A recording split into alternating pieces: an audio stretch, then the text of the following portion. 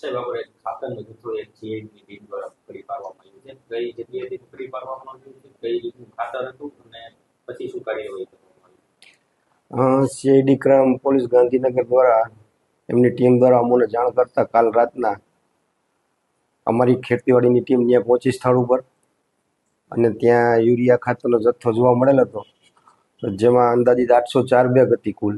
એમાં IFFCO company 431, IPL કંપનીની 75, જીએસએફસીની 44, ક્રિપ્કો કંપનીની 188, ચંબલ ફર્ટિલાઇઝરની 19, જીએનએફસીની 47, એમ કરીને કુલ 804 બેગ જથ્થો હતો જે હાલ અટકાવવામાં આવેલો છે. અને તમામમાંથી આપણે નમૂના લેવામાં આવેલા છે. કુલ 6 નમૂના લેવામાં આવેલા છે હાલ સસ્પેક્ટ તરીકે. અને તે જુનાગઢ આપણી રાસાયણિક ખાતર ચકાસણી પ્રયોગશાળા જે સરકારની લેબ છે તેમાં મોકલાવવામાં આવેલા છે. અને જે પરિણામ આવ્યા બાદ આગળની ટૂંકમાં કાર્યવાહી કરવામાં આવશે.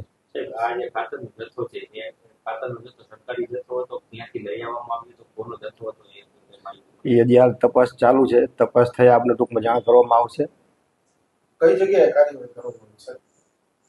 આ ટૂંકમાં આપણે જેબોન સિરામિક બંધ ફેક્ટરી છે જેને પાછળના ભાગમાં છે, જે રંગપર ગામ લાગે છે, ઇન્ડસ્ટ્રી વિસ્તાર છે, ત્યાં કરવામાં આવેલી હતી. ખાતરનો જથ્થો હતો એ સરકારી હતો કે કઈ રીતનો જથ્થો હતો? હાલ આ ટૂંકમાં ઉપરથી એવું જણાય આવે છે બેગ જોતા તો કદાચ સરકારી હશે અને તપાસ ચાલુ છે આની. આપનું નામ?